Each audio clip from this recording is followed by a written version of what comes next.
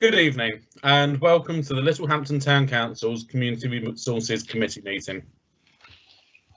This meeting will be held under the regulations allowing local authorities to meet formally using remote technology, with our standing orders having been updated to allow this. This meeting is being streamed live and is available to view on our website. It is important for everyone participating in this meeting to keep your microphones on mute when you are not speaking to reduce disruption from background noise.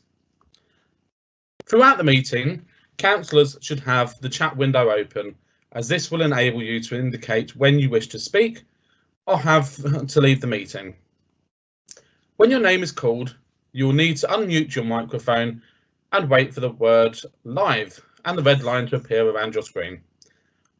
Please ensure that you speak clearly. Most decisions will be made by the general assent of those present. However, if a vote is required, each councillor's name will be read by myself or the town clerk, and you will be asked to state whether you are for, against, or abstain. If at any time the town council's technology fails and we need to adjourn the meeting for a short period, I will confirm this and ask all those present to turn their cameras off and mute their microphones whilst the problem is rectified. I will then confirm when the meeting resumes. We can only monitor our technology and cannot halt the meeting if a member of the press or public experiences technological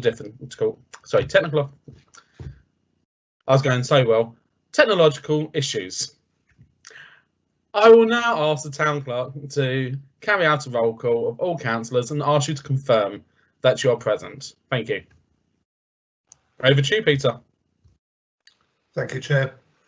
Councillor Banjo-Cooper. Present. Councillor Chase.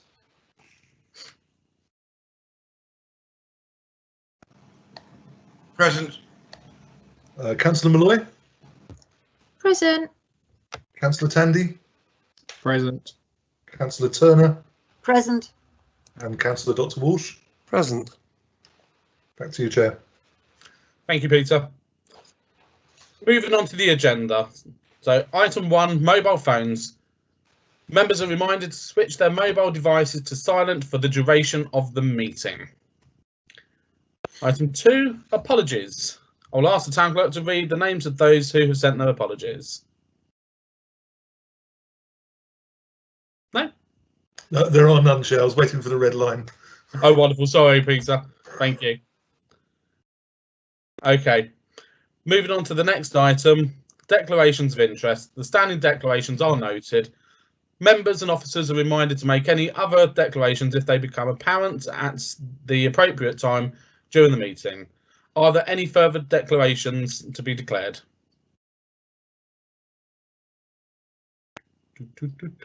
Just give everyone a moment. It would appear not, so thank you. The normal ones are recorded.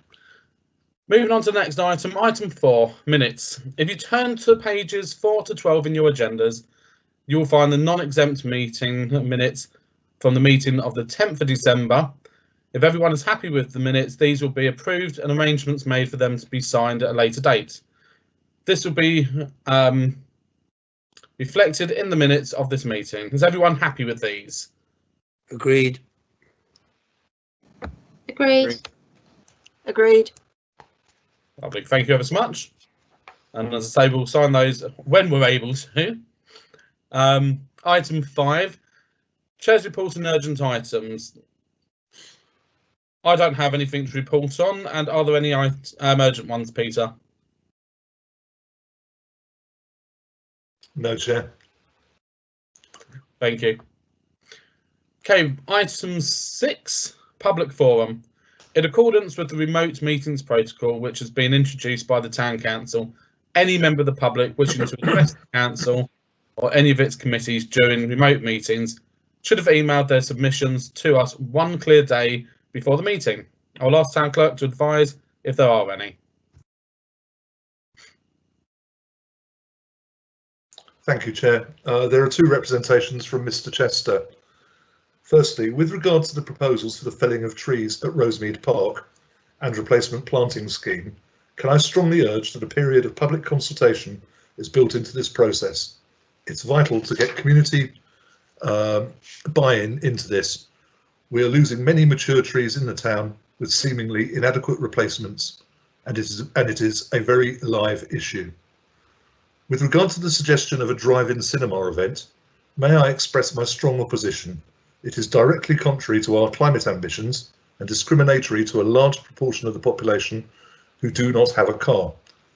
Let us hope restrictions enable the proper Screen on the Green event to take place and the town can come together as one and enjoy a sociable event in the fresh air.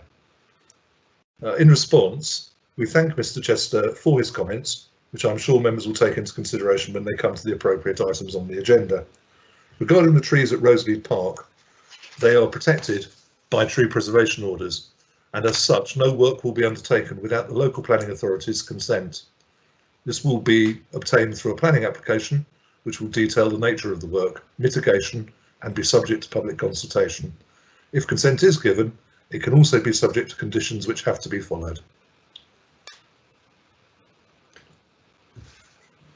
Thank you, Peter, and thank you, Mr. Chester, for your comments. Item 7, officers' reports. Please turn to page 13 in your agenda papers, and I'll ask the town clerk to take us through these reports. Thank you, Chair. The first is an item that cropped up just before the agenda dispatch last week, which relates to the beach patrol officers employed by Arran District Council. There were strong rumours that they weren't being employed this year, and that's why we put the item on the agenda. Just before dispatch, we got further clarification from the District Council through the paper that's attached to the agendas, and which it does explain the situation from their position. And really, I haven't got anything else to add to that, Chair, other than ask members to comment.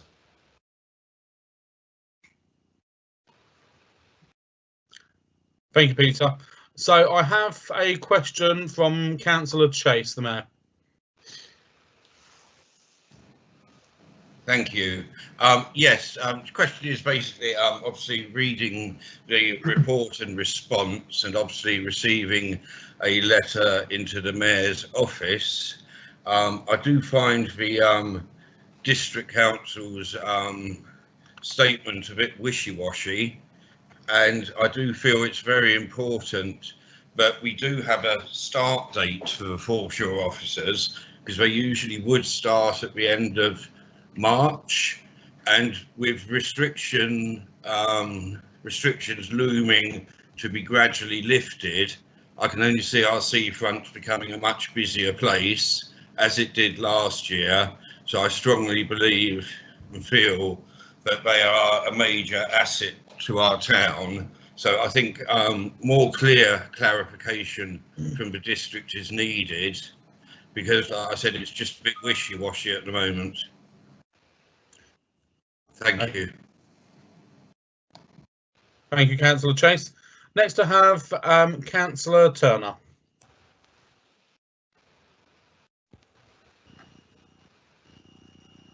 Thank you, Chair. Yes, I would like to think that we will be employing people before any restrictions are lifted. The local people use the beach and use the promenade, and beach patrols will be needed for local people regardless of whether restrictions are lifted or not, because people are taking their exercise along the seafront. So we still need to have the beach patrols in place almost immediately, certainly before Easter. And as soon as restrictions start to be lifted, then people will be coming down to the coast and visiting like they did last year. And we were almost overrun at some stages. It was so busy down on the seafront. So I think we need to be employing these people before they start to lift restrictions, so that these people are trained and in place on the day that restrictions are lifted. Thank you. Thank you, Councillor Turner. I next have Councillor Malloy. Oh. Hello. Can you see me? Sorry, Yeah, my computer's done something a little bit strange there. I was actually going to ask on this. I know we've got some dual-hatted councillors on this committee. I'm really happy that it is written. We've got this statement saying that they will go ahead. I was just wondering why we couldn't recruit and train in line with the normal season. I didn't know if there was any particular reason, because it would be ideal to have them out as normal and not wait till the end of a lockdown, because so many people are using the beaches. And I didn't know if as a council we could write a letter or just ask a question saying why can't we recruit and train, because lots of other companies are still recruiting and training people. Thank you. Thank you, Councillor Malloy. We are fortunate that we have got the leader of Arran District Council here as one of our committee members, who has requested to reply. So I'll hand over to James, Councillor Dr. James Walsh, who may be able to give us some extra light on this subject. So over to Councillor Walsh. Thank you. Yeah, thanks very much, Chairman. First of all, the rumours about their not being employed didn't come from within Arran District Council officers or councillors. We're pretty certain it came from one of the season employees from last year, previous years, or a potential one for this year. That's the first thing. It wasn't a decision that had been taken. Secondly, we are all subject to COVID regulations, whether we like it or not. And we have the Prime Minister's announcements coming on Monday as to the timetable for the lifting of the restrictions. Once we have that timetable clear, then the recruitment will begin, hopefully more or less immediately. Most of the people who do it, they're always seasonal. They're recruited on an annual basis just for the season. Most of the people come back year after year, so it's not a question of training them. They've all been trained already and can step into the post at literally a few hours' notice. And as I said, the provision is in the budget and it will be happening. So all the rumours that they weren't going to be there are untrue. And equally, at the same time, I'd like to pay tribute both to the RNLI and to the Arran foreshore officers who've done such a splendid job over the years, and those that did it last year as well. And we look forward to them to doing it and keeping people safe this year. And they will be there, and they will be the safety patrols for the beach and the foreshore. Thank you.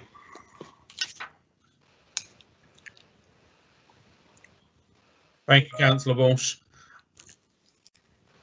So 1 moment, I'm getting stuff pinging up on my screen that I can't see because something else is in the way. So I think it's Councillor Chase twice. It is. Yeah. So I'll just bring Councillor Chase back in. Yeah, and I do apologise. It is only once. It didn't come up, so I did it again. But I should be more patient. It's only a small, quick, little comeback regarding. It's like probably 100% correct, but it's confusion and not being able to understand the logic of something. Maybe the fact is, like you're saying, like Arran's saying we're under COVID restrictions, which is totally true, but there is a great similarity, apart from going around and giving out tickets, between a foreshore officer and a traffic warden.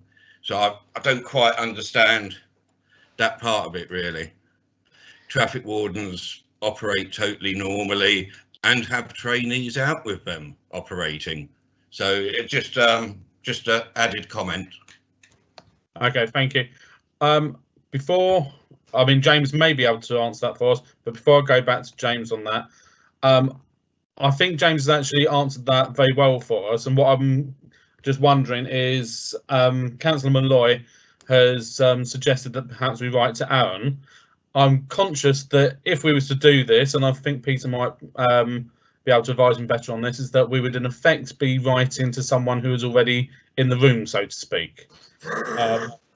Which seems which I appreciate there is a functionality to that, but it would be getting very much the same response. So I just wondered if first of all I could just get clarity on that from Peter, and then perhaps James would be able to answer the question that David's just asked. Thank you, Chair.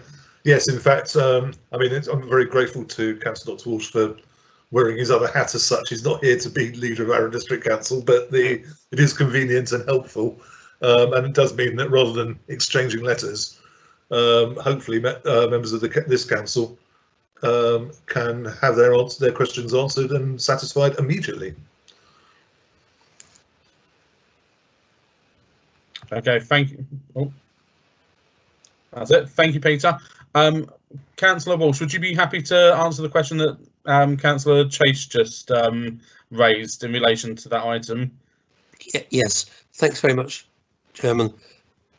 The fact is that beach patrols and RNLI people come into much more physical contact with members of the public than traffic wardens or indeed police, etc.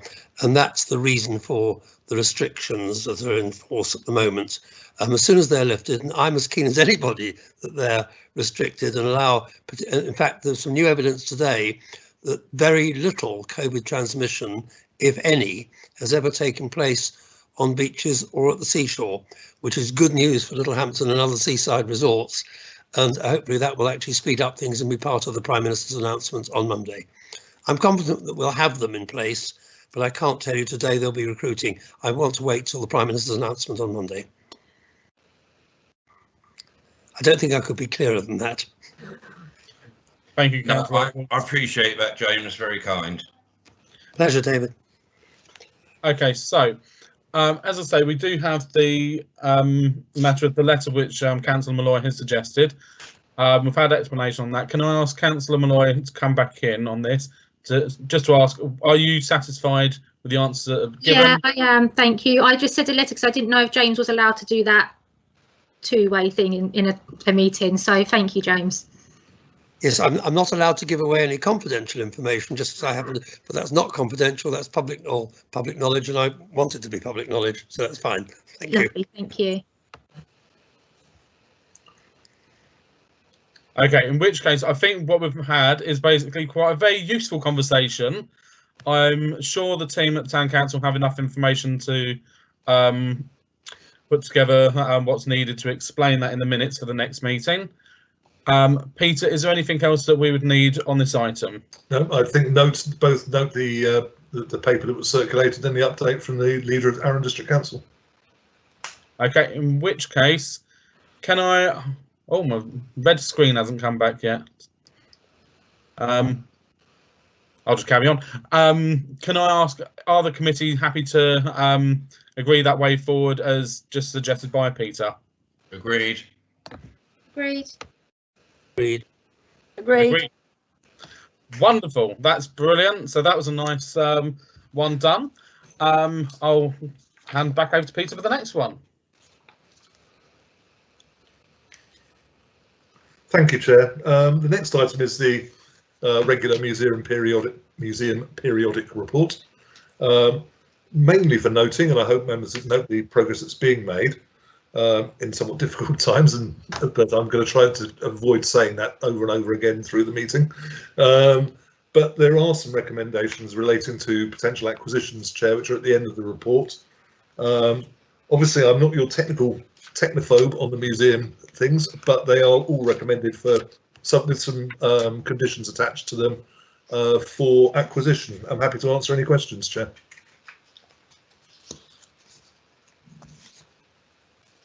Okay, thank you, Peter. I'll open this up to see if anyone's got any questions on this. Yes, please, Chairman. Okay, Councillor Walsh. I just want to pay tribute to the museum staff for continuing, particularly the work on the modes and the acquisitions, digitalisation. They've seized the opportunity of lockdown to get on with that, and it's very pleasing to see that we're in the 90%, 92%, I think I saw somewhere, 92.3 towards the 30,000 target, which is fantastic and really grateful.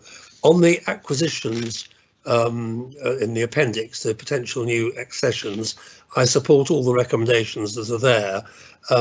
They are selective in some cases, quite rightly, because we don't want to repeat stuff that we've already got, but some of them are of incredible importance, particularly the glass plate negatives, which are historically very accurate and very very important to the town. So I support that that recommendation. Thank you. Thank you, Councillor Walsh. Next up, I have Councillor Freddie Tandy. Thank you, Chair. Actually, Dr. Walsh has just said what I was going to say, which was about the accessions, because I think we've perhaps over the course of COVID lost track of how much work has gone into that and how much it has gone up. I remember sitting there when it was on about 20, and we were all quite worried of what was going to happen. So I think it was just absolutely worth echoing that. Okay, thank you, Councillor Tandy. I think it's worth noting that, and thank you to Councillor Walsh and Councillor Tandy for mentioning the Modes project. It's been a huge piece of work. I remember when it first started, it was myself and previous Councillor Chester many years ago, probably about 5 years ago now, who very much highlighted this and spoke in the museum and Peter to try and get something rolling out, because we had a little walk around in the basement and couldn't believe the amount of stuff that we've got, and that kind of triggered it and moved everything forward. So it's been a great piece of work that I'm sure the public are going to benefit from in the long term. I know it's already been made use of for doing online documentation and reviews and stuff of different items that we've got. So it's a great piece of work, and a huge thank you to the museum for all they have done. And yes, certainly it has crept up. It's gone leaps and bounds in the past few months. So, as I've said a few times, there's always something positive to come out of the situation that we have been in with lockdowns and such. Although I do look forward to those ending soon. I don't seem to have any other questions on the screen, so we have the recommendations before us. So, are we happy to take these on block? I see no reason not to. Agreed. Okay. So I can't actually find the wording of the. I think we just agreed them. I think they're agreed, Chair. Right, in which case that's all agreed. Fantastic. We're moving on to the next one. Okay, the next one is events, and I'm sure members have read the report, so I'm going to do it in a slightly different way. If members will bear with me, and do it in a sort of chronological route through the events programme this year. The backdrop to this is not in terms of the latest backdrop, sorry, the latest update. It relates to the risk assessments and the consequent actions that Arran District Council are taking with regard to their land. This is not criticism in any shape or form, and I don't wish it to be interpreted that way. It's a fact.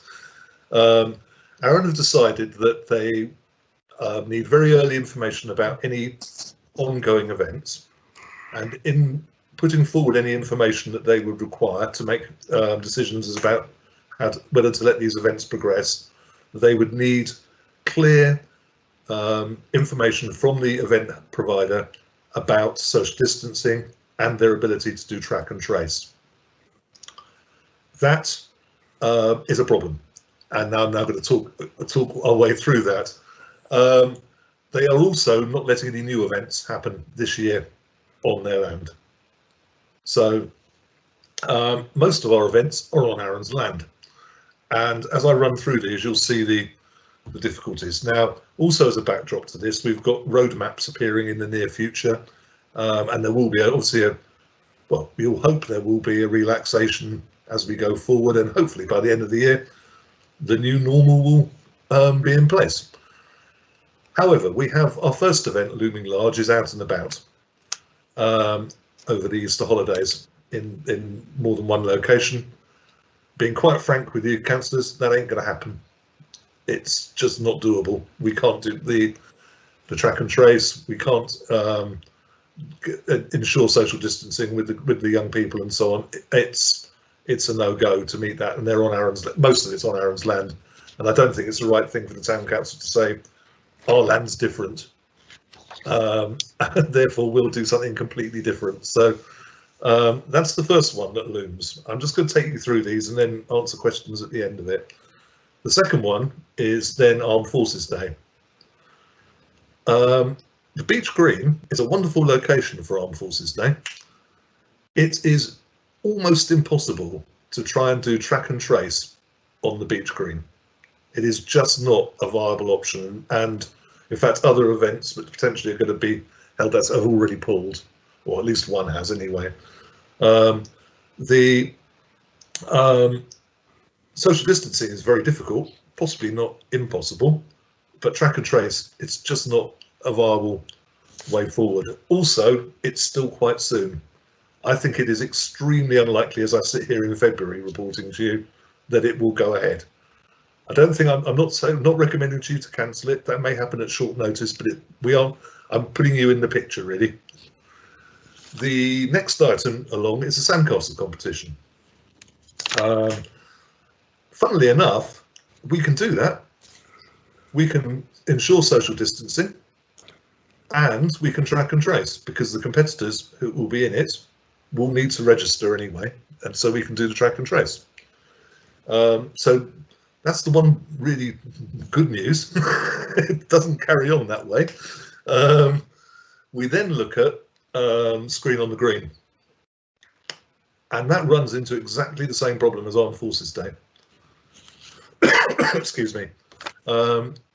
In so much as we could possibly get social distancing in there, but we can't track and trace it. There's just no way that with those thousands of people that we can track in the dark, that we can track and trace that. And we'd have to enclose it completely to do that. Which then leads us on to the next event, which is Town Show and Family Fun Day. Obviously, we're now moving later in the year, and hopefully things will have relaxed and so on. It is possible, in fact, probable, that we can run that at this stage. The reason being is, unlike the beach green, it's on our land, but I'm not trying to bring in different standards. But we could look at methods to control social distancing on that site. But more importantly, because it's only got 3 main access points, we could do track and trace and controlled entry. So that is potentially viable. On top, I'll stop when we get to September, because that is it. There's 2 other things I need to also refer to. One is references made to a key worker event. And this report seeks guidance from members about what that actually might entail, and whether it could be put on with another event or something like that. We're going to have difficulty running, unless on our own land, we're going to have difficulty running it on our own site because it's a new event. So we need to think about that. And the other one relates to members have talked about drive-in, was mentioned in the question by Councillor Chester, the drive-in movie. There are a couple of locations that we could potentially hold that, and it does tick the box in terms of getting an external person in, a commercial operator, to do such a thing. Where it doesn't tick the box for us in terms of spending public finance is actually, what is the point of it? Screen on the Green is a really key. It brings people. It demonstrates the town as a tourist town. It's and the like. It brings people to see one of our best resources, i.e. the beach. It would be even better if we could link in with Harbour Park and so on and use the riverside as an attraction for the day, but that's a different matter. Using perhaps a space up at the Academy or a River Beach doesn't do any of those things. It basically means the town council is running a film show for a few people in cars. Why would we be doing that? It's not bringing together the community. It's not improving the community. It's not advertising the town to the outside world. It's not going to bring more visitors. It's not going to up expenditure in the town. So it's possible it could be done. It probably doesn't tick any boxes under social distancing and so on, because I'm quite sure that people would end up sharing cars who shouldn't be, and things like that. But so that's my sort of. I haven't done it in the order the report's written, Chair, but I've tried to sort of flag the key issues, and on that point I'll shut up and wait and answer some questions at the end.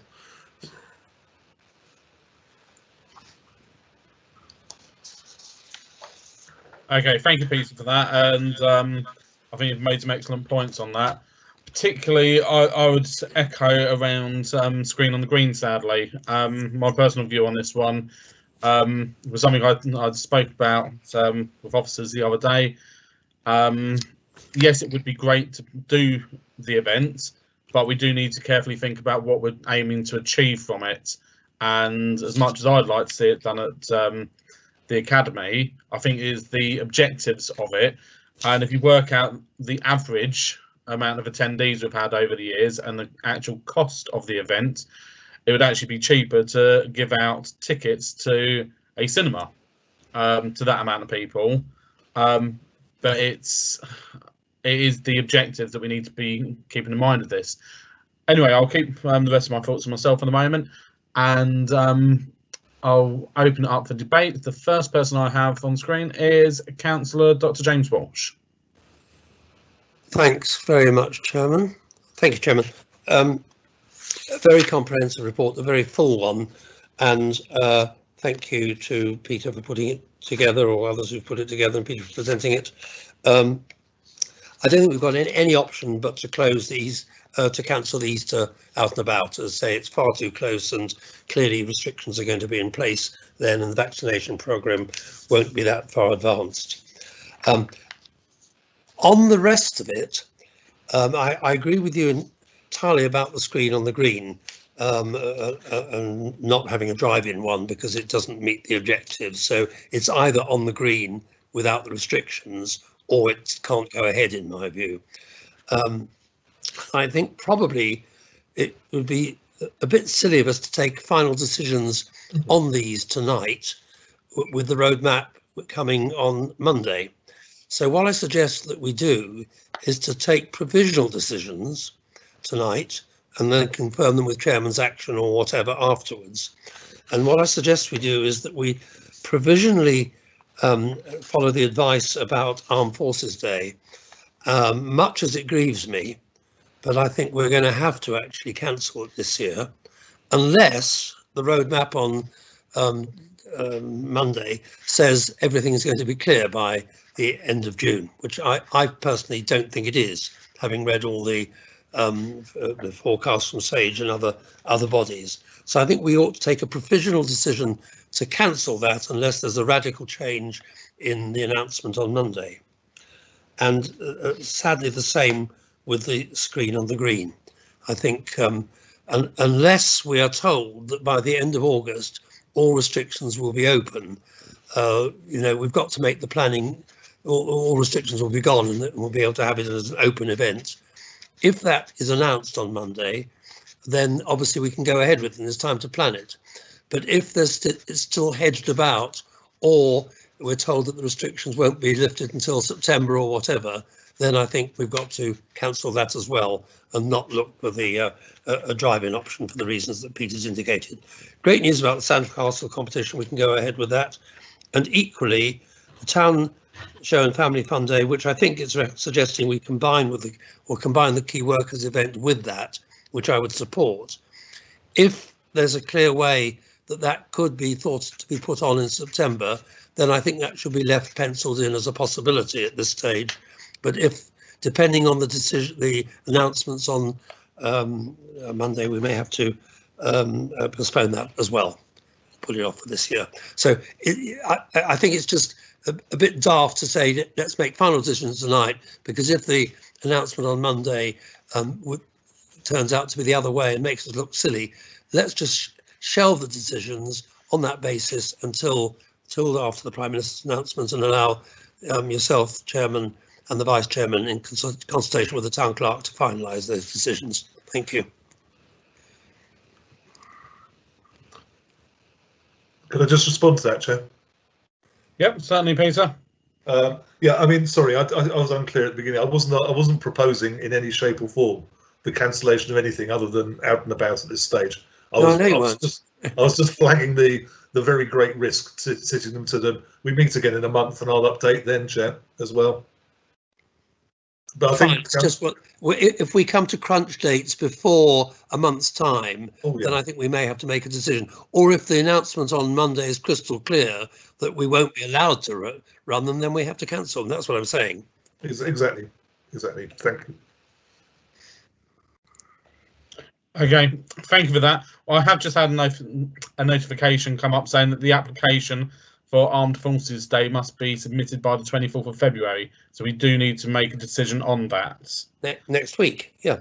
Yeah. So quite rightly, as you said, James, in the part, in what you're saying, but that one couldn't come back to the next committee. Yeah. Just for clarification for people.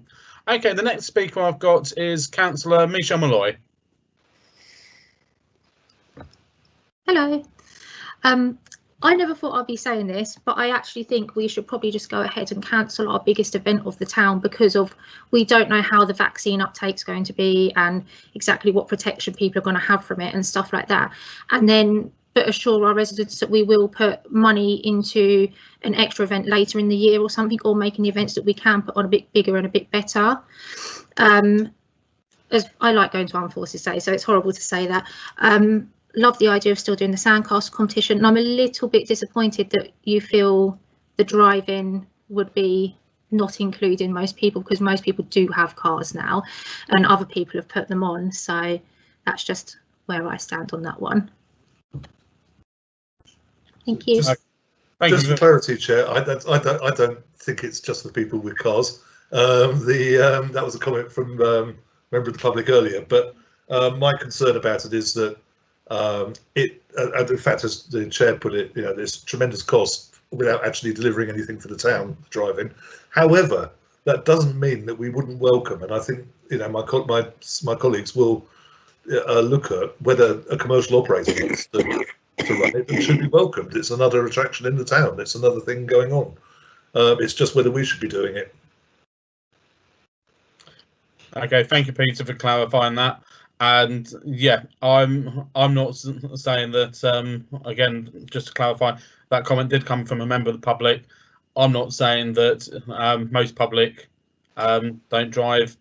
My personal position on the screen on the green is that if it is in a different area, as much as I would love to be able to still do it there, it is what are the aims and objectives of doing that event, and it is publicity for the town to make people aware of Littlehampton and bring footfall to the seafront and hopefully get some spill off from that into the town centre. That's the whole idea of it, as well as putting on a great event for the community. That's why I'm just concerned that if we were still to try and do one that was in a different format, in a different venue, if it would actually meet what we're trying to achieve from it. Anyway, I will move on to our next speaker, which is Councillor David Chase.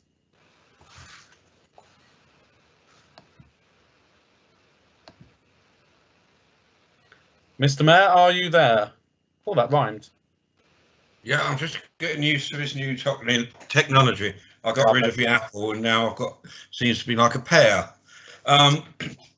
Yeah, I totally agree with Councillor Dr. Walsh, and especially him saying that defer anything we can until next month's committee meets, which is really, really good.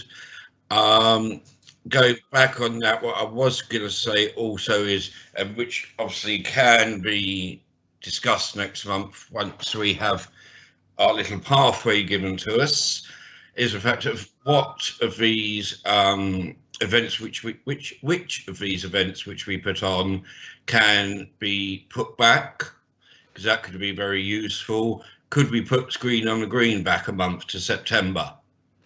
Not a question has to be answered tonight, but something which could be investigated. Arran District Council are saying no new events. Now we could try and basically reach into a little grey area here. It might work, it might not work, but do a kind of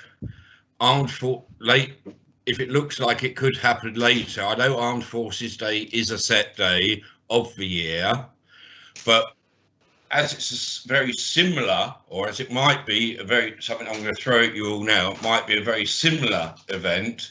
Arran District Council might oblige us and be considerate of us. The idea being a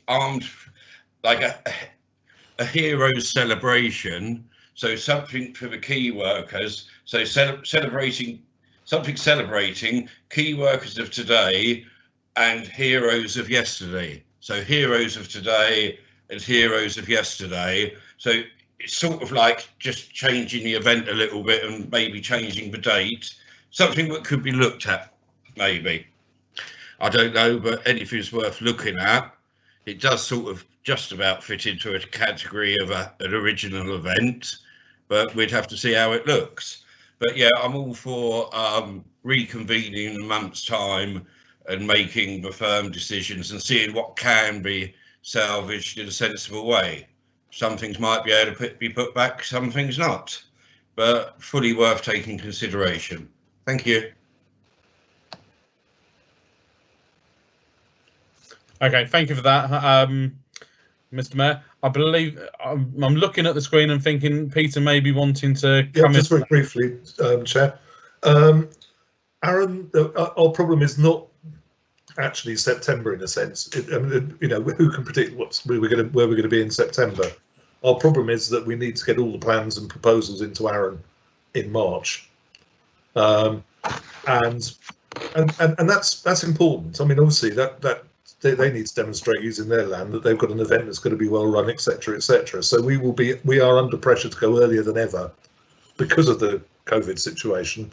And so therefore the decisions will need to be made. As you say, we will come back to you in March with updates on those events. Where we can hang on to them, we'll probably look to hang on, see how the land is lying. But obviously we can only hang on a little way because we would need bookings and key things like that. I don't think, Aaron, I like the Mayor's optimism, but I would be very surprised and perhaps even a little disappointed if they didn't see through the see the little bit of trickery that we might be proposing to them. I think they're very clear that they're not going to have new events on their land, and I think that's perfectly understandable position. Not necessarily where I've come from, but it's perfectly clear and understandable, and it stops everybody in their tracks on that front. I think that if we end up losing the bulk of the events this year, which is likely but not definite, members will just need to focus it next year and make it better, bigger and better, because I'm pretty certain, although I'm not, can't put my hand on my heart, that we'll be itching to blast away in 2022. So the problem we have is seasons as well. A lot of these events are outdoors, so putting them back starts to run it. I mean, it could rain during the summer, as most people who are trying to do a staycation would know, but the likelihood increases significantly once we get into the autumn, and the days are shorter. So they become a different issue. But all of those points are helpful. I would ask members, and I hate to sort of prolong the item, Chair, and I apologise, but people keep saying to me a key worker event, and we're struggling for the concept of what this key worker event might be, because the key workers will probably be working, so it won't be a question of bringing them along. So I'm not trying to be facetious or even flippant. I'm really trying to understand what it is. So I don't think we could do it now, Chair, but if members wanted to write to us or email us with what they think the key worker event is, we could start to work something up. But we're a bit grounded. Well, I'm a bit grounded on it anyway, which is unusual for me. Okay, thank you, Peter, for that. Next up, I have Councillor Turner, and then I'll come back on a couple of points myself. Thank you. Thank you, Chair. I'm really, really disappointed that the Easter Out and About isn't going to happen. It's very sad for the kids that take part in that, and very sad for Littlehampton. And also for Armed Forces Day, I can't see that taking place at all, and I'm with everybody on that totally. And I think that delaying a decision on everything else until the next committee meeting in March is probably the way to go, because then we'll know exactly what the plan is from the Prime Minister on Monday as to what we can and can't do. In terms of key workers, I agree with you, Peter. What constitutes a key worker? Because anybody that's been working throughout this pandemic is a key worker, as far as I'm concerned, because they're all working under difficult circumstances, whether they're working from home or whether they're making their way into offices or whether they're working in hospitals or nursing homes. They're all key workers, and how do you celebrate and recognise those? So I'm for delaying making decisions on the later in the year until after next month's meeting, and very sad that the two other events can't take place, but obviously delighted that Sandcastle can. So that's my view. Thank you very much.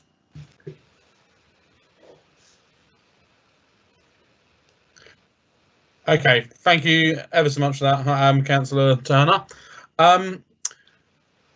I don't believe I've got any other speakers. Can I just confirm, Councillor Malloy, was that you that said don't worry about that bit, Billy, on our side screen? Yep, that's me, sorry. Fantastic, thank you. I just wanted to make sure it wasn't to someone else. Okay, so I think we've actually had some good comments on that, and I do agree with Andrew. It is disappointing that we're not going to be able to do the Easter out and about, but we all know the reasons why. We've got to make sure that public safety is paramount in this situation, and that we're doing everything we can to follow the guidance. And it is a shame. It is a shame. I love all the events that this town offers, and I think we're actually one of the towns that do the best events and actually do them with, how could I word this? You can either do an event well or you can do it badly, and I think we've always, as a town, done our events exceptionally well, and they've always been well received. So it is a shame, but that'll give us time to come back and do them properly when we're able to. In relation to the question Peter has raised regarding the key workers event, Peter, would it be possible for us to do a I'm not suggesting a meeting here, that's too formal, a virtual brainstorming session that councillors can be invited to ping ideas about in an informal manner?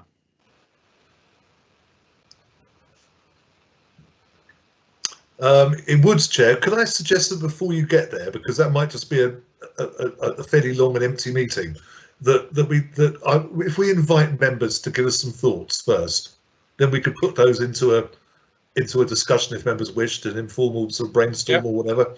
I'm quite happy to do that. I just prefer to have a little bit of meat to chew on as such. That's absolutely fine. Yeah, that's fab. Thank you, Peter. Okay, so in which case I'm not seeing anyone else coming up with any further questions or comments on my side screen. So in which case we have the recommendations in front of us. I'm going to do these ones individually because I think that's going to be much more sensible. Just before I do, Peter, is there anything else you needed from any of us? We've got the question about the start date for the Screen on the Green film that's in there, Chair. I would suggest that we leave that slightly in limbo at the moment, and we'll, if we need to do some urgent film selections, we'll do it with yourself and the Vice Chair as we've done in the past, and come forward with proposals to March anyway. Okay. So the first recommendation is regarding the Easter and Out About sessions. I believe that we are going to have to cancel these, and just to clarify, is everyone sad but content to agree that? Agreed. Agreed. Agreed. Agreed. Agreed. Okay. Thank you. Okay, the second one is decide how to proceed with the 2021-2022 events programme. I think we've covered this, Peter. Are you happy with that? Exactly. If members are happy with that broad prospect, I mean, basically Out and About's gone, potentially Armed Forces Day could be, but we may do that with the Chair and Vice Chair consultation if we need to. And the rest, I believe we can bring back to you in March with firmed up from there. We will need to make decisions in March then, strangely, on most of it. Yeah, that's fine. Yeah. Agreed. Okay. Agreed. Wonderful. Right. Recommendation 3 is approve the date to launch the Screen on the Green film vote. Do we want to just set this date still, or do you want to bring this in line with whether we proceed or not, Peter? Would you be happy that we bring it in line with that? Yeah, as I just said, Chair, I think the I mean, we'll come back.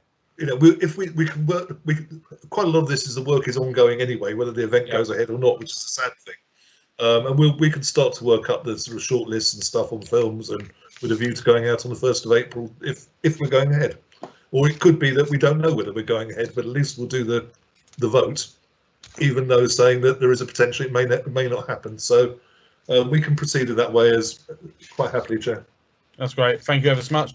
And I think 4 and 5 fall in line exactly with what we said. So about the Keystone event worker event rather, and noting the report. So we all agreed on those as well. Agreed. Lovely. Okay. So, Sorry. I'm being reminded, Chair, that we did.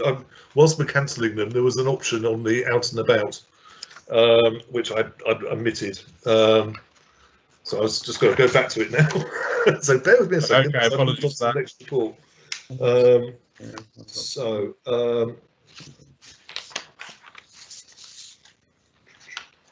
I do apologise. I was ready to go on the next report, and Sophia popped up with the so 24th. So on page, sorry, let me go 29, Chair. Yeah. There are 2 options available to us. One is that we can coordinate a virtual alternative in the most cost-effective manner to the Easter drawing competition, similar to the Easter drawing competition we did last year. Or we can. So these relate to the level of restriction, to be honest. But we could do a trail for families to participate. I would suggest to you, Chair, and to members, that actually either of those options is not closed to us, that we may need to progress it. But again, we kind of wait for guidance. And every time we close a door, it is closed permanently. And if we don't need to, then let's leave it open. But it does, if members are happy, there may need to be a decision taken outside committee about that. I'd support that, Chairman. Thank you. I was going to say, would members be happy that that's decided just with consultation between the town clerk, myself, and the vice chair, Councillor Tandy? Yep. Would that'd probably be easiest, wouldn't it, Peter? I think it's a sensible way because we don't know enough to make that call. Agreed. Everyone else happy with that? Agreed. Agreed. Yeah, agreed. I was going to ask Councillor Chase if that was your way of agreeing then with the dogs barking. Okay, thank you ever so much, everyone. Okay, so that's the report. So I've lost my place, Peter. Help me out. We're back to page 44 now, Chair. Yep. So 7.4 Community Resources Officer reports. So Peter's going to summarise. Back to you, Peter. I am indeed. It's a quite a wide-ranging report, I think, is the brief that Paul Mike, who is in the background here, has to deal with. It sums up his job, really. Very wide-ranging. And the first bit relates to the holiday activity scheme grants. And this is extending the 1 year awarded to the Littlehampton badminton and squash, etc., as set out in there. And the third one is about the HAS scheme as well, and some of the other work that's going on with the service funding agreements. The bit I wanted to draw members' attention to and dally on, though, was the Christmas lights. It is that time. We extended the Christmas lights last year. And when I say extended it, we extended the contract, I should say. And it wouldn't really be prudent to be doing that again. We are in a position we can start to do that work. We have traditionally done that through setting up a working group of members who then go through all the options, decide, including what is it that they think would be the type of thing, to get ideas, going to the companies with broad ideas and asking them to come forward within a good, within a financial range that we've given them, and then assessing them and making recommendations to committee. That's worked in the past, and I would recommend it to you again. What I would recommend to you is that, given the discussions that we had at Governance and Audit the other day, in terms of membership of that working group, I think that you need to have a member from each of the 4 groups. And you also need to appoint a chair at this meeting. So,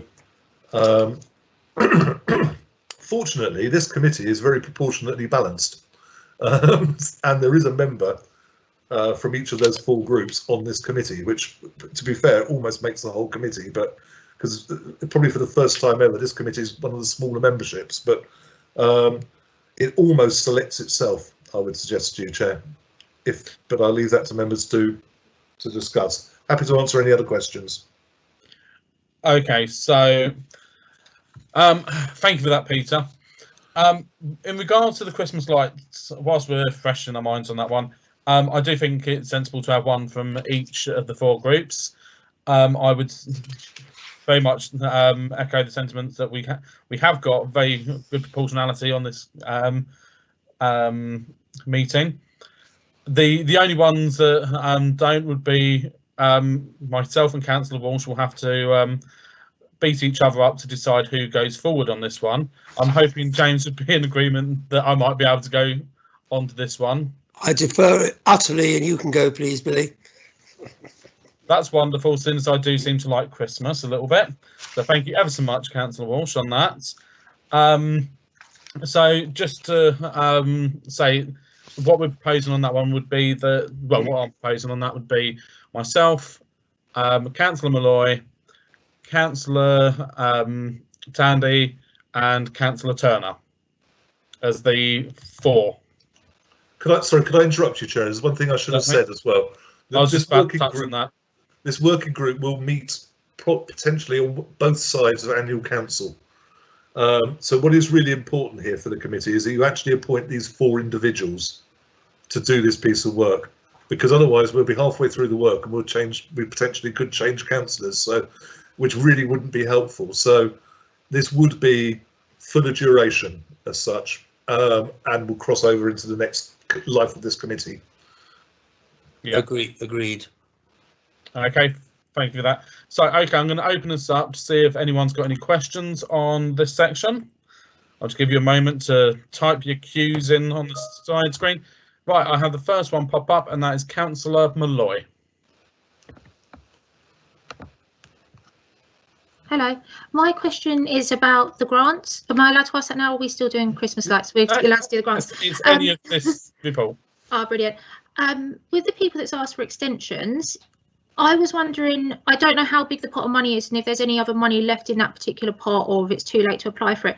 I was wondering if they can't provide the holiday services this year, if there's a company that can, are we still able to give them money if there's money in the pot, or could we ask for this back and if someone else applies for it? Because obviously these people may not be able to do something with children in the holidays because of the service they're offering, but another company may be able to, and with such limited access to things like this at the moment, it'd probably be quite important to support the people that can do stuff as opposed to the people that can't. Does that make sense? It makes perfect sense, through you, Chair. And I have to admit, I don't know the answer straight off the top of my head. I mean, I couldn't see where someone's deferring something. It doesn't, it's actually going to roll on. That money's been earmarked. But if it's deferring it, that's going to go into next year, then in effect you'd be making, if someone came forward that could provide that. What I'm trying to do here is I'm not trying to make a sort of completely set principle. So because everything could be slightly different. So potentially the money's there. If you're rolling it forward into another year, for instance, or into a later point, we could either, if another provider came forward, I'll let Mike answer in a minute as he's popped up handily. If we found another provider, then we would potentially be able to do it. It's not so ring fenced that we're that inflexible, I hope. Otherwise, yeah. I really have mucked up. Anyway, I was just thinking, if there is someone that can provide something and there's all these people that can't at the moment and they're taking it to next year, it'd be better to provide something than not provide something. And the other thing I was wondering as well was, as these people will be carrying funds over, will they be able to apply for the same grant again next year? So then they'd have double the amount of money possibly next year to use. I'll let Mike answer it, but the answer's no. But okay, lovely. I'll let Mike answer it though. Anyway, Chair. Yeah. So yeah. On that note, the HAS grants will be closing at the end of this month, so people can apply this year. And part of the terms and conditions within that is that anyone that would be deferred over for the following year can't apply again. So no, they can't apply again. The ones that we're looking to carry over are hopefully something that is going to be deliverable. We've got badminton and squash. Hopefully leisure will be open up again, and that will be deliverable, and that club will look to deliver those sessions. Treasure Basket is clay workshop, and on the same note, hopefully that's something that could be done later in the year following the announcement. So I am very hopeful that those sessions being postponed for a period of time, they will look to deliver, and they will offer a really good facility for the community to be active in the squash and the badminton classes, and for therapeutic play sessions for children in the clay workshop. Thank you. Thank you, Michael. So I should have done this before. I will just declare a personal interest in this, as you'll see under 3.2. It mentions the Friends Amusement Park. Although that has already been decided at the meeting in 2020, I'm the chairman of Friends Amusement Park, so I just wanted to declare that, and it is just a personal interest on that one. So I'm absolutely fine to continue with this. Do we have any other speakers on this item? No? Okay, so in which case, the recommendations. So number one is to approve an extension of 1 year of the 2020 HASS grants awarded to Littlehampton Badminton and Squash Club and Treasure Basket Group to allow them to deliver their activities. Are we all content with that? Agreed. Agreed. Agreed. Agreed. Wonderful. Agreed. Recommendation 2 is to We've done. consider. Sorry? We've done. I just wanted to check that all the ones that we're suggesting for it were content with that, because I've not heard from Councillor Turner, for example. Can I just check we are all content that those we're suggesting for those are happy to take those places on that? Agreed. Agreed.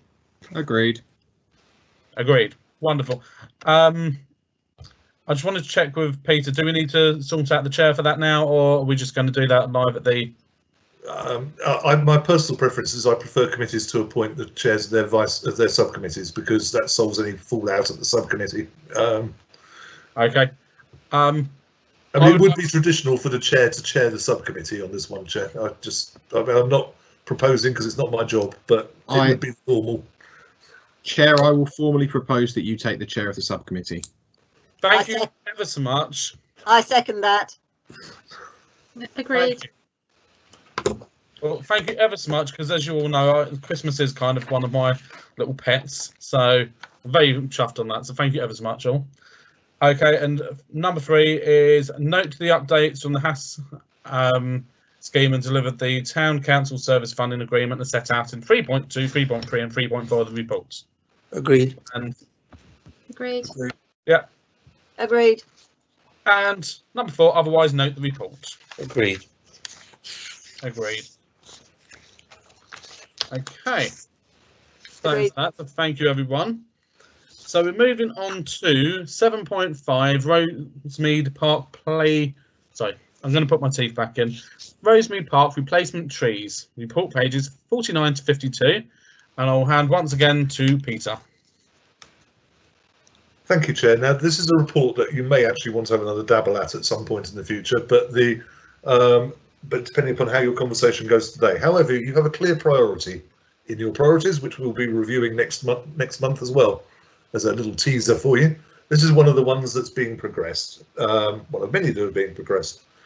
And this was to take away the priority was to take away the Leylandii type trees by the side of Rosemead and replace them, which are covered by a tree preservation order, and replace them with good sturdy trees. That was the kind of discussion that happened 18 months ago when we were doing the priorities. Good English specimens, I think, was one of the quotes at the time, and that made a suitable and attractive welcome to people coming into town, because it would be the new north-south route. That it would also allow the Rosemead to be safe, look inviting to the public. So what we've got here is a broad principle. that we're seeking guidance and approval for, which is to have hedges with proper trees in, which is good for flora and fauna, and as set out in the report.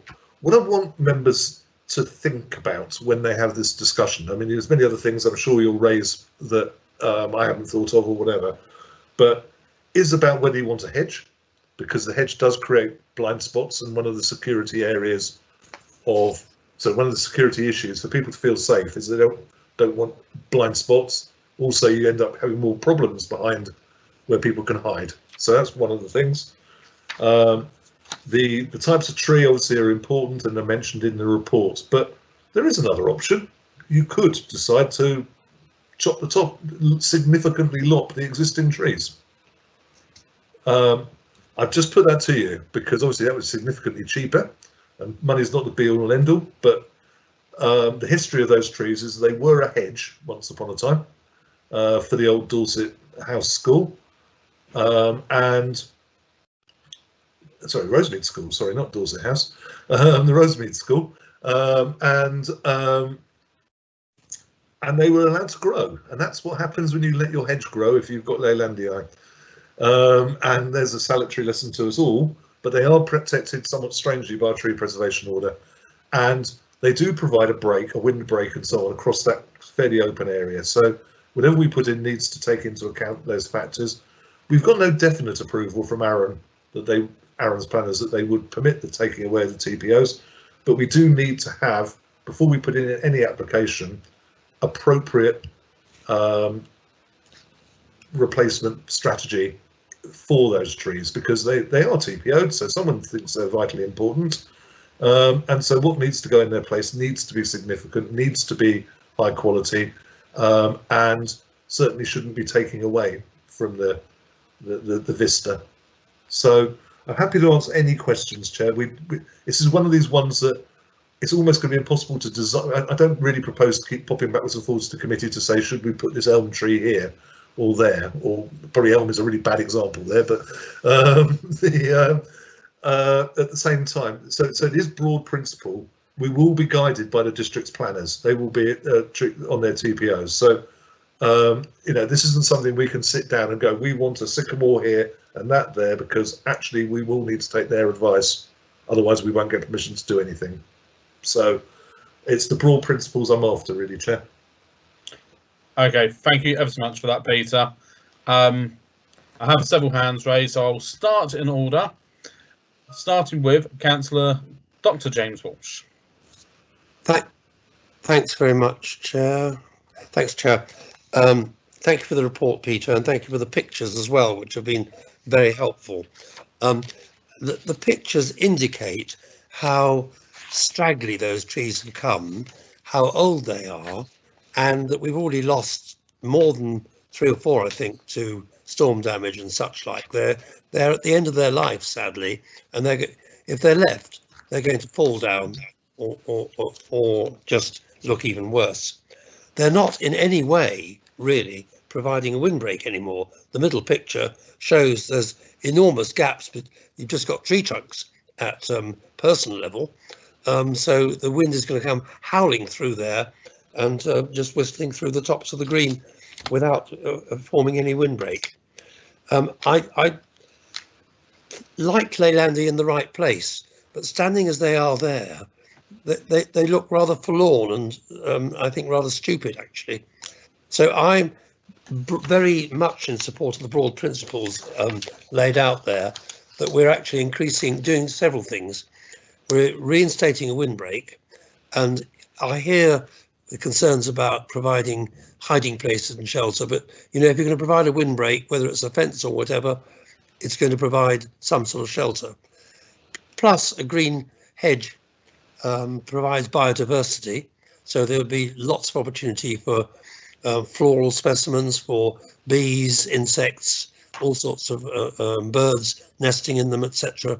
And I think that would be welcome. And I love the idea of actually having mature trees that will become mature standing up through the hedge along it. This is one of the prime ways into Littlehampton and out, And we did say right at the beginning that we wanted to have a lot of trees along this particular avenue, also north of the bridge at Leominster as well. So all these are an important part in the whole as far as I'm concerned, and that's why I support the broad principles and hope that we will be able to achieve that. So thanks a lot. Thank you, Councillor Walsh. I would just say, in respect to the comment you made about them being quite gappy, I think you'll find that the trees are socially distancing. Had to get that in there, I'm sorry. Okay, the next person on my list is Councillor David Chase. Thank you. Yeah, it's just a lot of point. I'm broadly very supporting this in principle. We had some lovely discussions regarding this project. It is a very exciting project. It's a very big project in tree planting for the town council. So we must ensure we get it 100% right.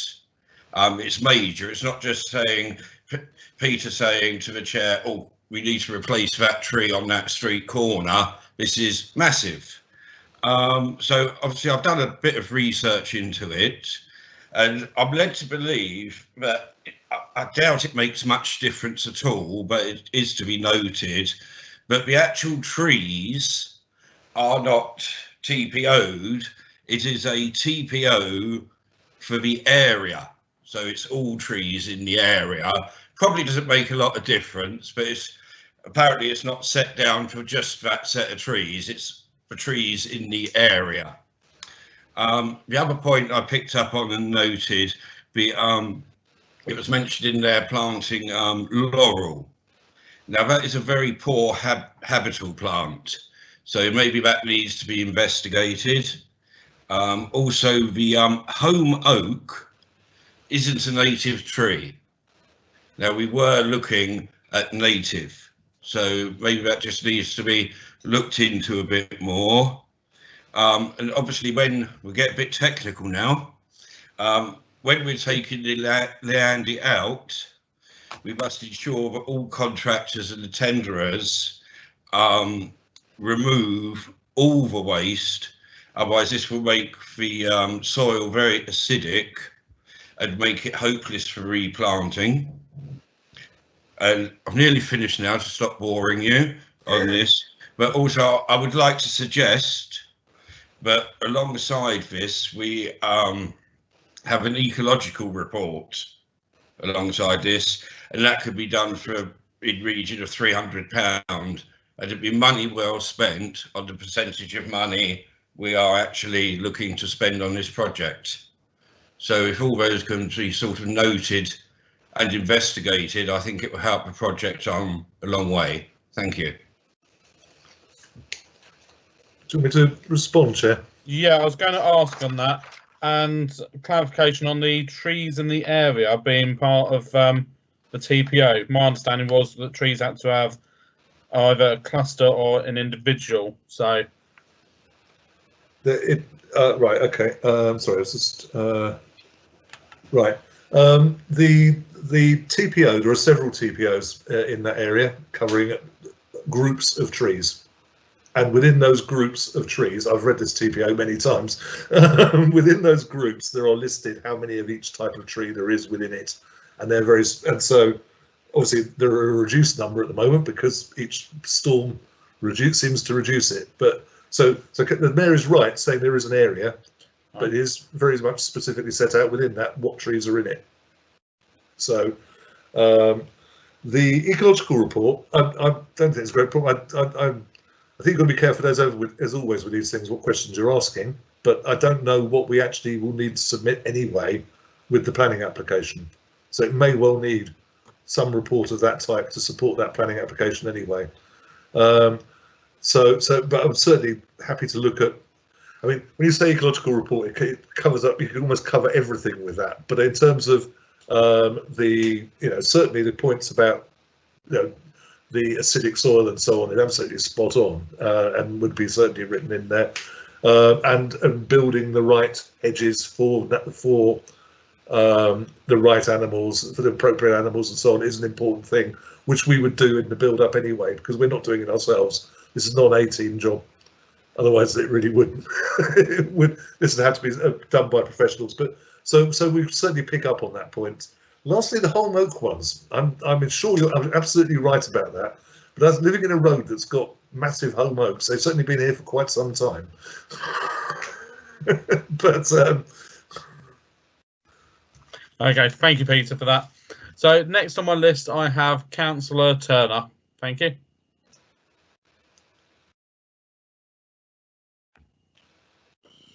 Thanks, Chair. It's very sad when we have to lose trees. It's always very sad when we have to lose trees. It's very disappointing that they have to be removed. But I understand the need for it and I accept it.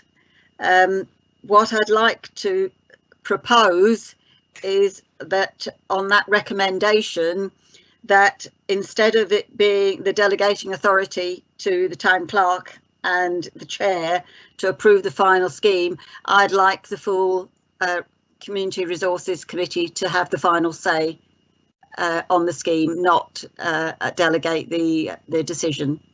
So that's my proposal. Okay. I would have brought it back to you, Chair, I did think long and hard about how to do that. The downside of that is that we are going to have to negotiate with the planners and with various other players, probably the Highways Authority as well. And so the potential is I'm going to come back with a planning permission, which has been approved to do X, Y, or Z, and then ask you to approve that we go ahead with that.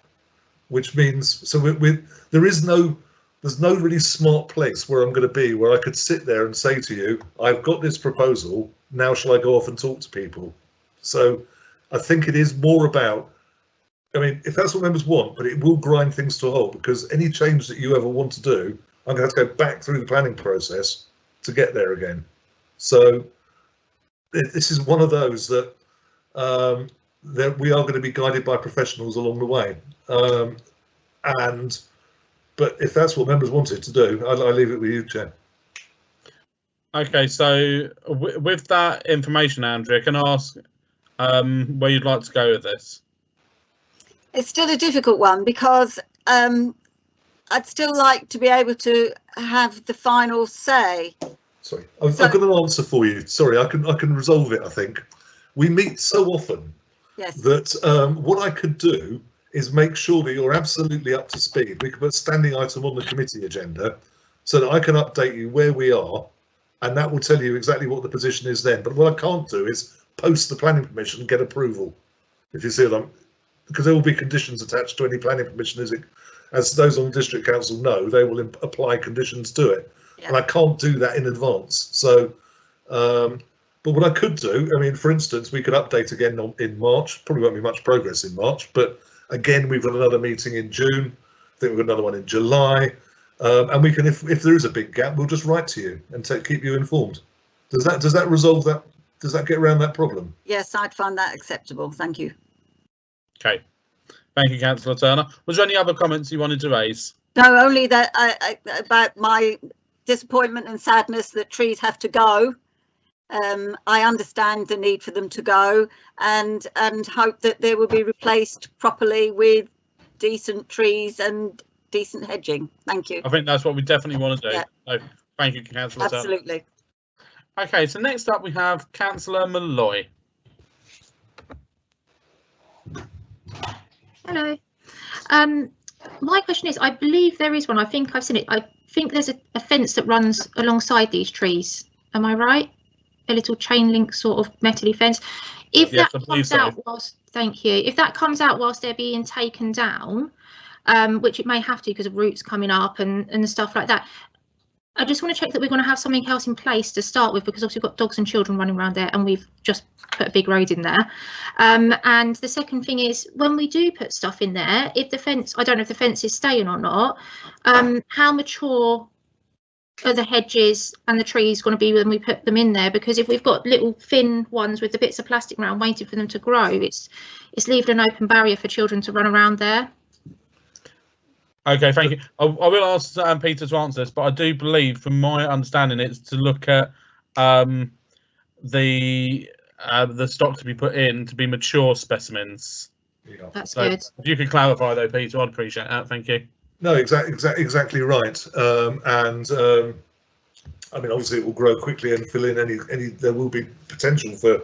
You want the hedge to grow, because that's really what it would be. You don't want it to grow like the old hedge, otherwise we'll be back to square one again. But the point you make is fine. At no point am I looking to, unless someone's going to tell me otherwise as we go through the process, looking to put a chain link fence in it, because that kind of flies in the face of the green environment. So the park is a little way back. By the time you've put this in, the park is further back. But it's very small children will always be at risk. I mean, whether you put that fence there or not, there's still ways out of the park. But we can't fence it in, is what I'm saying. We can hedge it in.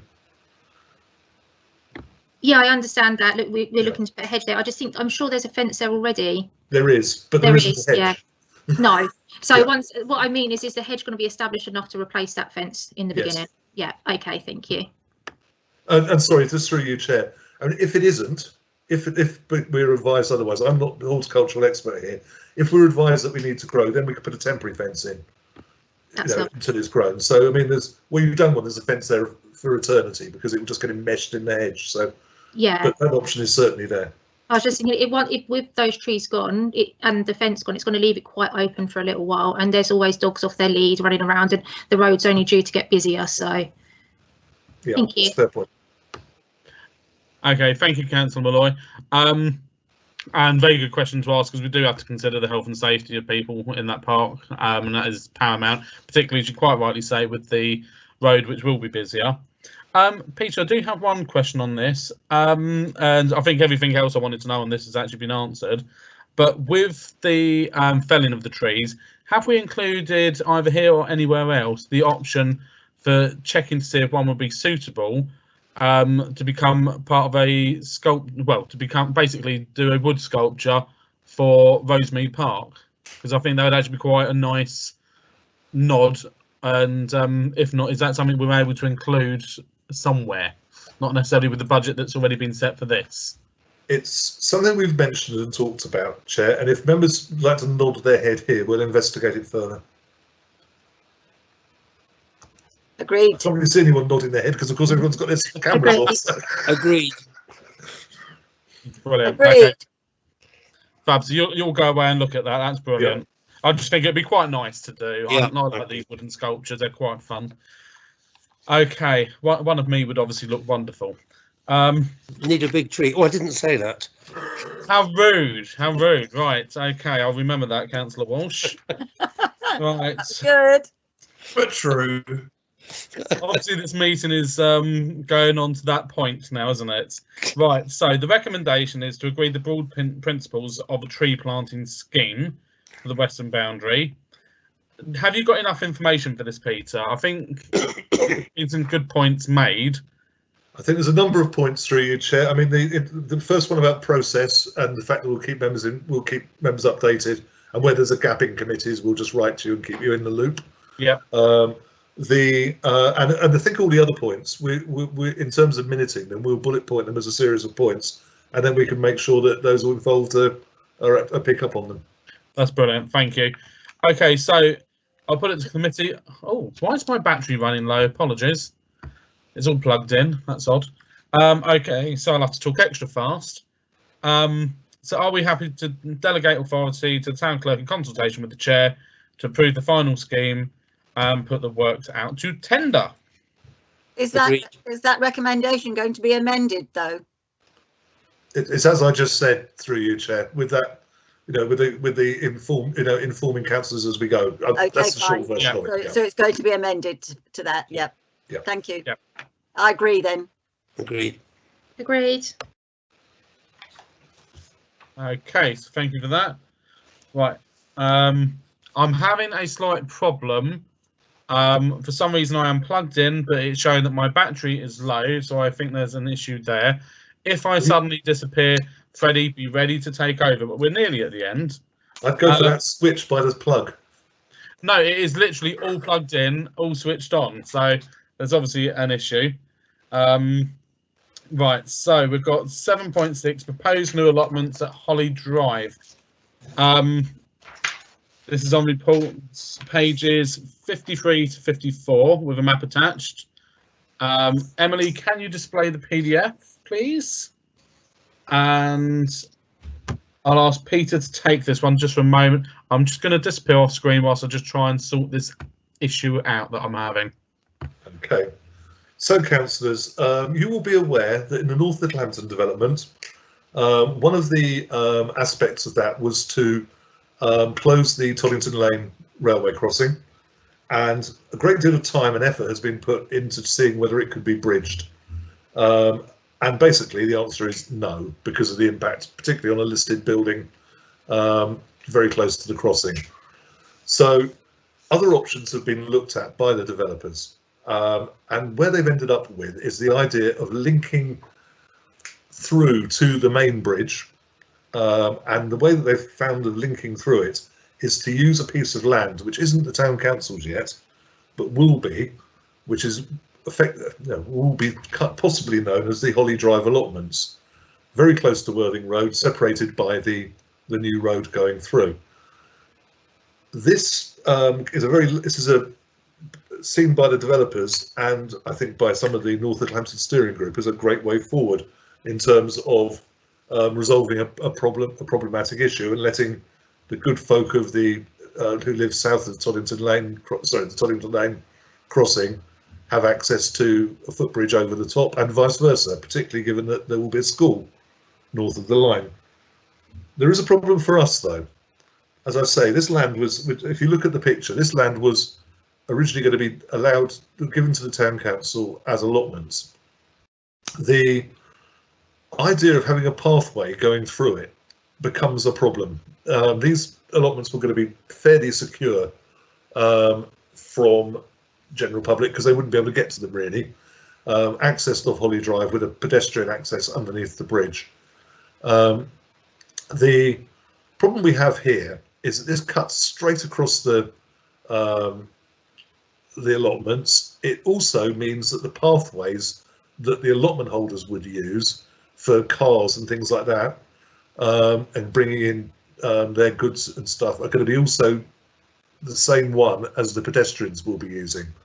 It also reduces the allotment space given to us. So I have very significant concerns about whether this is acceptable to us or ideal in any way.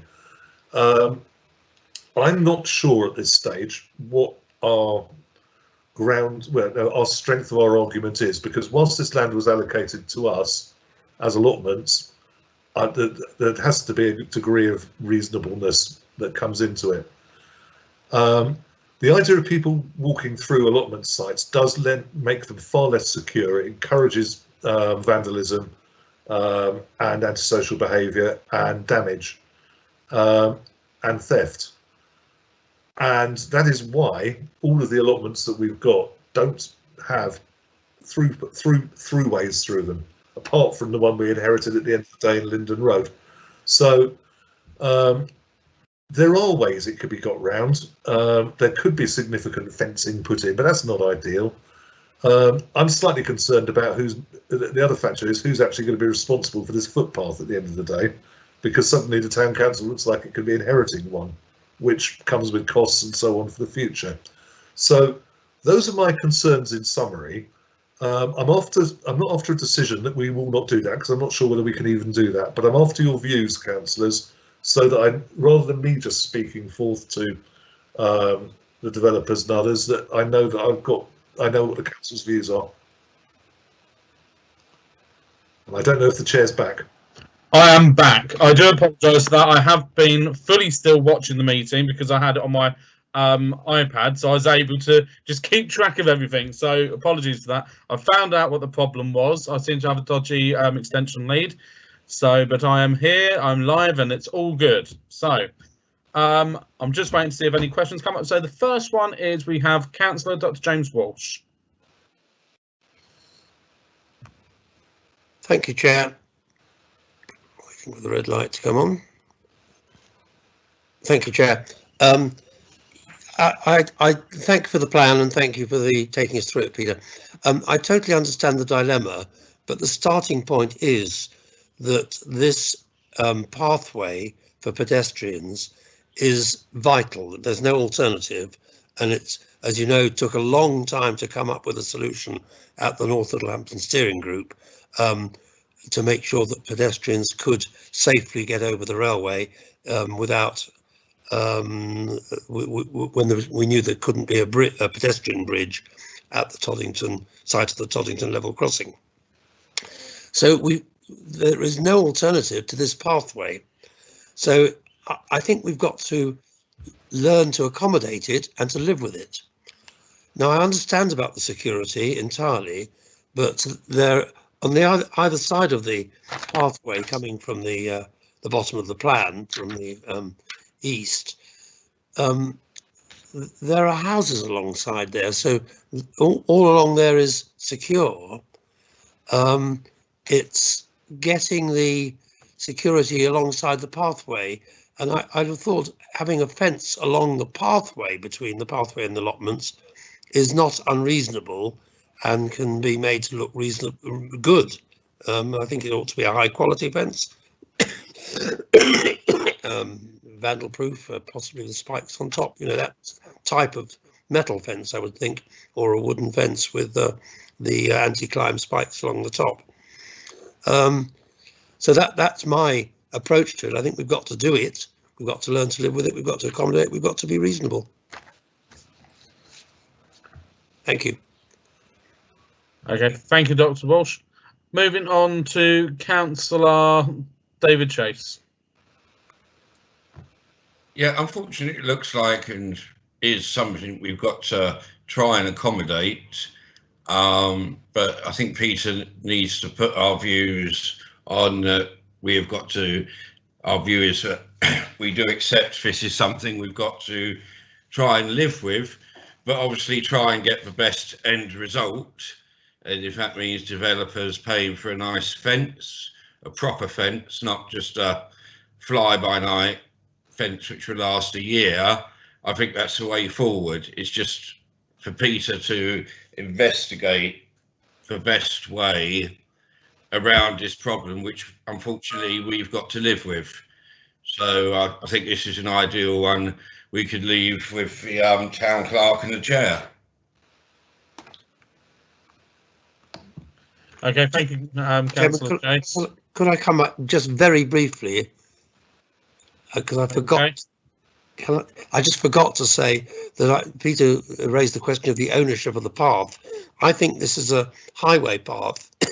It's a proper pedestrian access route to and from the estate as part of the estate development, and I would make a strong case for it to be under the county council's ownership, not the town council. Okay, thank you, Councillor Walsh. Moving on to Councillor Malloy. 3 minutes. Hello. I'm just looking at this, and I don't know if it's my eyes, but I can't find it on the key. You've got two little boxes on here, labelled 1 and 2, near the potential accessible beds. Are they car parking spaces? Yeah, they would be for disabled access, I think. Yeah. Okay. What I was thinking was, obviously that's a good place because they're right next to the accessible beds. Other people that go to allotments tend to go to them because they don't have big enough gardens for their own growing, and a lot of them have to use their cars to get there to take what they need, and they live further away possibly. I'm just wondering how it's going to affect the people that live in this area if they keep having people from allotments parking along their roadsides with all their bits and pieces. I don't know what the parking's like around there, so I just don't know how that's going to affect it with them not being able to drive in at all. And the other thing is, it says possible accessible beds. I'd like it to say they are going to be accessible if we could, because it would be much nicer. Okay, thank you, Councillor Malloy. I agree in principle about the possible accessible beds, but for the moment, that's not the discussion for tonight. But that will be something that I know we are keen to progress. So I'm sure we will have ones, and I think the reason it's possible is because the actual layout will change depending upon the decision from this. unless Peter wants to advise me otherwise. You're absolutely spot on, Chair. I mean, this is a draft plan, so there will be accessible beds. He says, thinking, please let there be. No, everything that we've said on it is that there will be accessible beds, and obviously there's the parking spaces disabled. You mentioned about car parking. This is a very, very small allotment site, so it shouldn't generate a huge amount of car parking. It is also will be accessible from Worthing Road. So it may be that if there's no car parking here, that people will go onto Worthing Road and access from Worthing Road allotment site, not Worthing Road itself, and access across, because that's one part of the joy of it is the interconnectivity. But there was one other point. Oh yes, well, Councillor Dr. Walsh's point. I think that's really helpful, Councillor Dr. Walsh, about the highway bit, and all the other points about fencing. If that's what members, it was wrong of me not to bring this to you, because this could be a sore in the future. But I think what you're saying is very cohesive and cogent and makes sense. And I would just need to go back to the developer and say that yeah, we will accept it because of the problems that we solved if we didn't. But the proviso is that we need suitable fencing. The pathway needs to be adopted by the county council. And we need it to be clearly accessible for our disabled people using the site there. Unless I've missed anything. No, I think that was it. So I do have two more talkers. So we have Councillor Turner.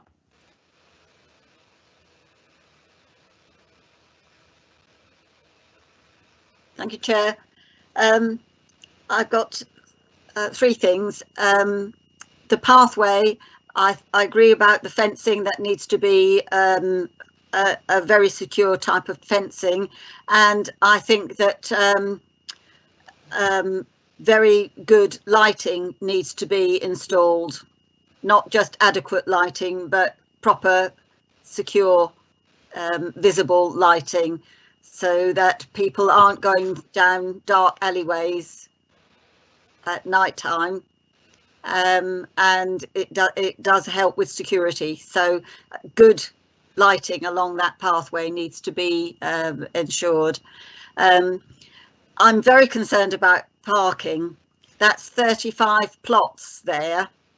So although it's a very small allotment, it's still 35 plots with the potential of more than 20 cars at any one time. Where are they going to park? Because I can't see that there's anywhere they're going to be able to park. So other than that, I can't see an issue with it. Okay, thank you, Councillor Turner. Funny enough, the lighting was something I spoke to Peter about the other day regarding this, and I think a good point was made. We need to be careful regarding lighting.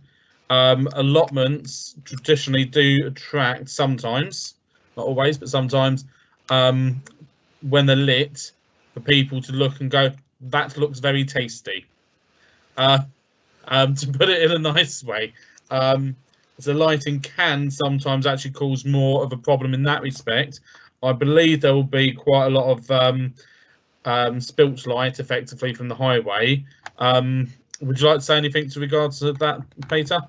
I'll pick up on all those. The lighting is very much it'd be a county council thing. The county council needs to decide what they want to do with it, and there are all sorts of players that come into play then, not least the residents, who will be very close to what's going on there. So, and all I would say with lighting is, and if you can get the appropriate lighting from the other two roads, that would be great, because lights attract, like moths to a flame. You attract all sorts of other stuff. So you just need to be careful. But that wouldn't be us. We wouldn't be supplying the lighting. So I'll feedback comments about the lighting needs to be addressed. And it may be there's enough off the main street or not, but that needs to be addressed. Car parking. I mean, to put it into context, we have got a massive site across the way, which people could easily access, which have improved access as well to this development. The reality is that you don't get, if there's 30 plots, you will not get 20 cars there at one time. you'll get, if you'd be lucky to get half of that, and that would be on a very busy time. People aren't, it just doesn't generate that number. And it is public highway just out there. It doesn't need a massive car parking provision. Plot holders, however, do often, and this is where it gets to be, this is why the fencing will become potentially an issue, and we need to look at it, get very carefully in what we do. A lot of plot holders park on their plot whilst they work, so they create a small space to stick their car on. So they wouldn't be able to do that here. So people would need to be very clear. I mean, ideally you want the local people to use this plot.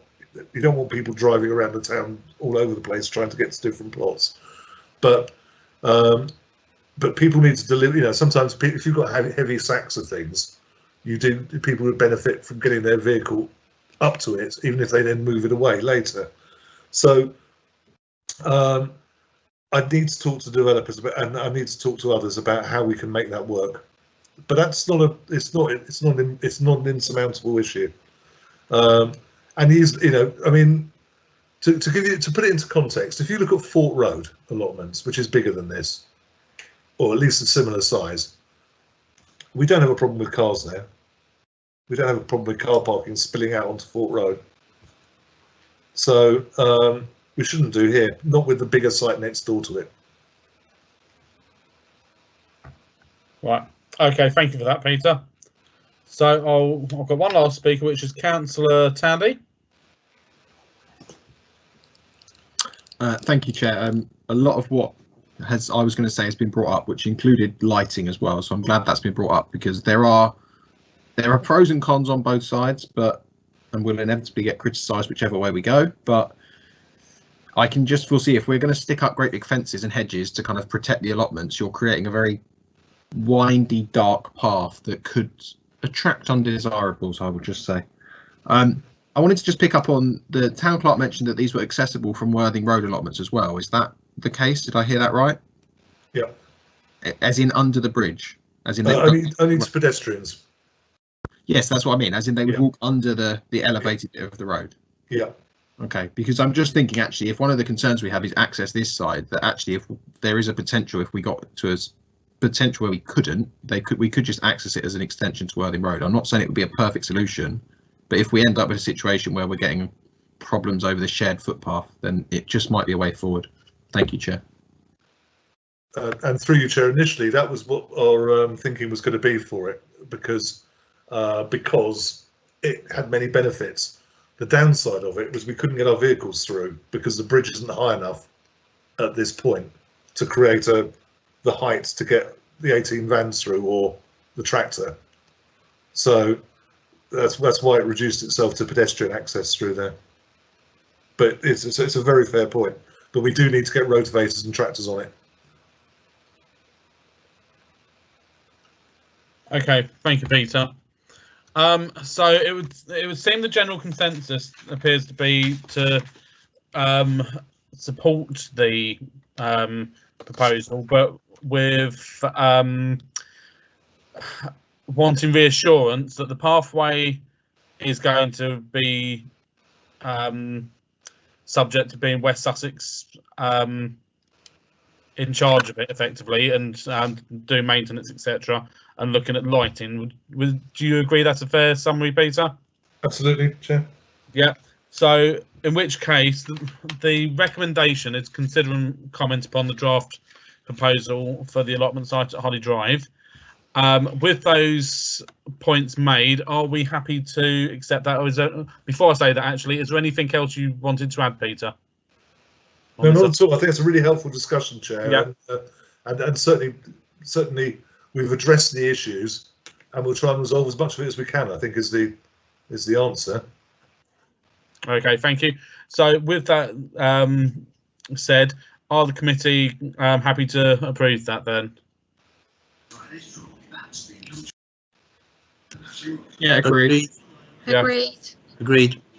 Lovely. Agreed. Okay, thank you. In which case, that bit is done.